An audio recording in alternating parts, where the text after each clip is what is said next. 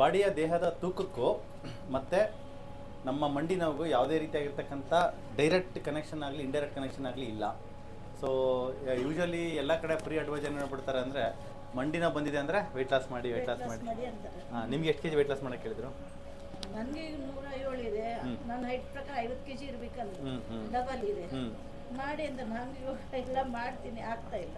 ಮಂಡಿ ನೋವಿಗೆ ಬೇರೆ ಏನು ಸಜೆಷನ್ ಕೊಟ್ಟಿದ್ರು? ಇಲ್ಲ, ಹಂಗೆ ಟ್ಯಾಬ್ಲೆಟ್ಸ್ ಕೊಟ್ಟಿದ್ರು, ಇಂಜೆಕ್ಷನ್ ಕೊಟ್ಟಿದ್ರು, ಸರ್ಜರಿ ಹೇಳಿದ್ರಾ? ಓಕೆ, ಎರಡು ಕಡೆನಾ ಒಂದು ಕಡೆನಾ? ಎರಡು ಕಡೆನೇ ಆಗಿದೆ. ಹಾಂ, ಎರಡು ಕಡೆನೂ ಸರ್ಜರಿ ಮಾಡ್ಬೇಕಂತ ಹೇಳಿದ್ರು.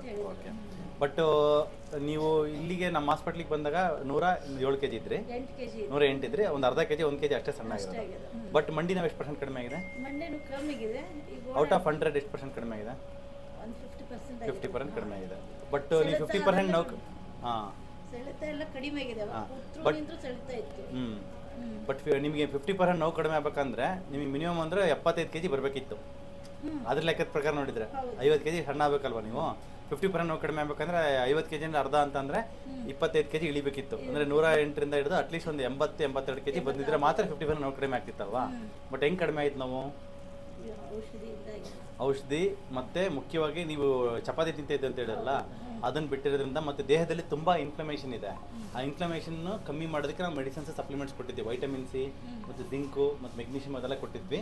ಅದರಲ್ಲಿ ನಿಮಗೆ ಬೋನು ಗಟ್ಟಿ ಆಗೋದಕ್ಕೆ, ಆಕ್ಟಿವೇಟ್ ಆಗೋದಕ್ಕೆ ಒಂದು ಪ್ರೋಸೆಸ್ ಇರುತ್ತೆ ಬಾಡಿನಲ್ಲಿ, ಆ ಒಂದು ಆ್ಯಂಟಿ ಇನ್ಫ್ಲಮೇಟರಿ ಪ್ರೋಸೆಸ್ ಅಂತ, ಅದು ಆಕ್ಟಿವೇಶನ್ ಆಗಿದೆ. ಮತ್ತು ಮುಖ್ಯವಾಗಿ ನಿಮ್ಮ ವೆಯ್ಟ್ಗೂ ಅದಕ್ಕೂ ಸಂಬಂಧ ಇರಲಿಲ್ಲ. ಕೆಲವು ಮೊನ್ನೆ ಒಂದು ಪೇಷಂಟ್ 134 kg ಅವರಿರೋದು. 134 kg ಅಂತಂದರೆ ಇಟ್ ಇಸ್ ವೆರಿ ಹೈ. ಎಲ್ಲೋದ್ರೂ ವೆಯ್ಟ್ ಲಾಸ್ ಮಾಡಿ ಇಲ್ಲಿ ಇಂಜೆಕ್ಷನ್ಸ್ ಎಲ್ಲ ಕೊಟ್ಟು ಅದು ವಿಡಿಯೋನ ತೆಗೆದಿದ್ದೀನಿ, ವಿಡಿಯೋ ಹಾಕ್ತೀನಿ. ಅವ್ರದ್ದು ಹತ್ತಿರ 90% ನೋವು ಕಡಿಮೆ ಆಗಿದೆ ಅವ್ರಿಗೆ. ಮಂಡಿ ನೋವು ಹೋಗಿಬಿಟ್ಟಿದೆ, ಸೊಂಟ ನೋವು ಇನ್ನೊಂದು 50% ಉಳ್ಕೊಂಡಿದೆ.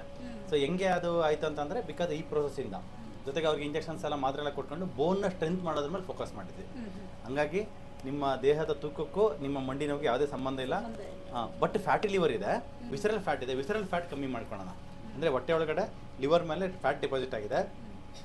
ಅದೇನಕ್ಕೆ ಡಿಪಾಸಿಟ್ ಆಗಿದೆ? ಸಕ್ಕರೆ, ಆಮೇಲೆ ಈ ಫ್ರೂಟ್ಸು, ಫ್ರಕ್ಟೋಸ್ ಜಾಸ್ತಿ ಇರ್ತಕ್ಕಂಥ ಅಂಶಗಳನ್ನ ತೊಗೊಂಡಿರೋದ್ರಿಂದ ಜಾಸ್ತಿ ಇರುತ್ತೆ. ಅದನ್ನ ಅವಾಯ್ಡ್ ಮಾಡ್ಕೊಂಡು ಅದನ್ನು ಕಮ್ಮಿ ಮಾಡೋಣ, ಕಂಪ್ಲೀಟಾಗಿ ಹೋಗುತ್ತೆ ನಿಮಗೆ. ಓಕೆನಾ? ಸೊ ಆ ಥರ ಫೋಕಸ್ ಮಾಡೋಣ. ಉಪ್ಸ ಬರ್ತಿದೆಯಲ್ಲ, ಅದೇ ಯಾಕಂದರೆ HSCRP ಎಲ್ಲ ಜಾಸ್ತಿ ಇದೆ ನಿಮಗೆ, ಮತ್ತು ಸ್ವಲ್ಪ ಅಲರ್ಜಿಕ್ ಅಂಶ ಇದೆ ಮೈಯಲ್ಲಿ, ಅದನ್ನೆಲ್ಲ ಕಮ್ಮಿ ಮಾಡೋಣ. ಇವಾಗ ಗಟ್ಟೆ ಕ್ಲೆನ್ಸ್ ಮಾಡೋಣ. ನಿಮ್ಮ ದೇಹದಲ್ಲಿರ್ತಕ್ಕಂಥ ಎಲ್ಲ ಕಾಯಿಲೆಗಳಿಗೂ ಮೂಲ ಬಂತು, ರೂಟ್ ಕಾಸ್ ಬಂತು ಕರಳು. ಆ ಕರಳು ಒಂದು ಲೆವೆಲ್ಗೆ ಕ್ಲೀನ್ ಮಾಡ್ತಾ ಹೋಗ್ತೀನಿ ಮೆಡಿಸಿನ್ಸ್ ಎಲ್ಲ ಕೊಟ್ಕೊಂಡು. ಹರಿತಕ್ಕಿ ಪೌಡ್ರ್ ತೊಗೊತಿದ್ರಲ್ವಾ? ಹರಿತಕ್ಕಿ ಕೊಟ್ಟಿದ್ನಲ್ಲ ಪೌಡ್ರು ತೊಗೊತಿದ್ರಲ್ಲ, ಅದನ್ನು ಹಂಗೆ ಕಂಟಿನ್ಯೂ ಮಾಡಿ.